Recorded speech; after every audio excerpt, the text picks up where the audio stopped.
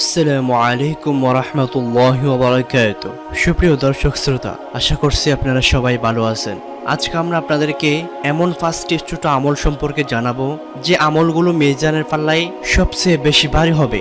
5টি আমল হলো, নাম্বার 1, দ্বীনের পথে দাওয়াত, আল্লাহর পথে দাওয়াত বা আহ্বান করা। যে ব্যক্তি মানুষকে মহান আল্লাহর পথে আহ্বান করে সেই ব্যক্তির আমলনামা হবে 7 আসমান ও 7 জমিনের থেকে ভারী। নাম্বার 2, কেউ মারা গেলে জানাজায় অংশগ্রহণ করা। জানাজায় অংশগ্রহণে রয়েছে অনেক সওয়াব ও কল্যাণ।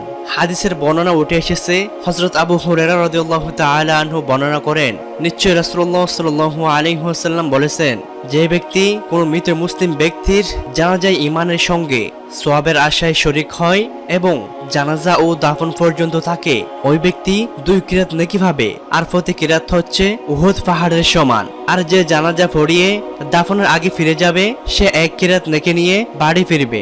নাম্বার 3, সৎ চরিত্রবান হওয়া। প্রিয় নবী সাল্লাল্লাহু আলাইহি ওয়াসাল্লামের যে গুণ বর্ণনায় কুরআনুল কারীমে মহান আল্লাহ তাআলা আয়াত নাজিল করেছেন, তা হলো সৎ চরিত্রবান বা মহান চরিত্র।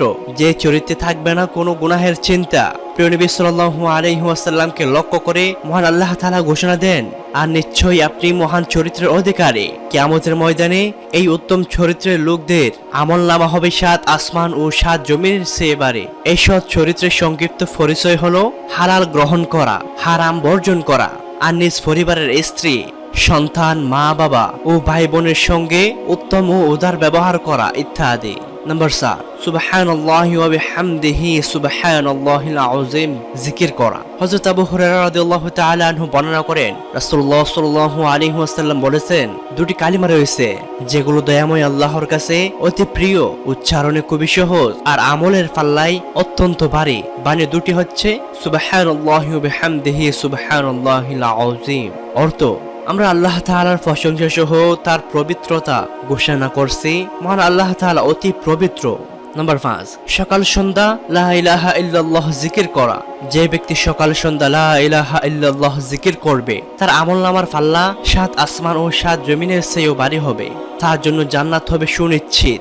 হাদিসে এসেছে, হযরত আব্দুল্লাহ ইবনে আমর ইবনুল আস রাদিয়াল্লাহু তাআলা আনহু বর্ণনা করেন, রাসূলুল্লাহ সাল্লাল্লাহু আলাইহি ওয়াসাল্লাম বলেছেন, আল্লাহ নবী নূহ আলাইহিস সালাম মৃত্যুর সময় তার ছেলেকে এই বলে ওসিয়ত করেছেন যে 2টি জিনিসের আমল করবে আর 2টি জিনিস থেকে বিরত থাকবে। আমলের আদেশ ছিল লা ইলাহা ইল্লাল্লাহ জিকির করা। মনে রেখো, যদি 7 আসমান ও 7 জমিন এক পাল্লায় রাখা হয়, অপর পাল্লায় যদি লা ইলাহা ইল্লাল্লাহ রাখা হয়, তবে লা ইলাহা ইল্লাল্লাহর পাল্লা ভারী হবে। আল্লাহ তাআলা মুসলিম উম্মাহকে উল্লেখিত আমলগুলো যথাযথভাবে পালন করার মাধ্যমে দুনিয়া ও পরকালের কল্যাণ ও সফলতা লাভ করার তৌফিক দান করুন। আমিন।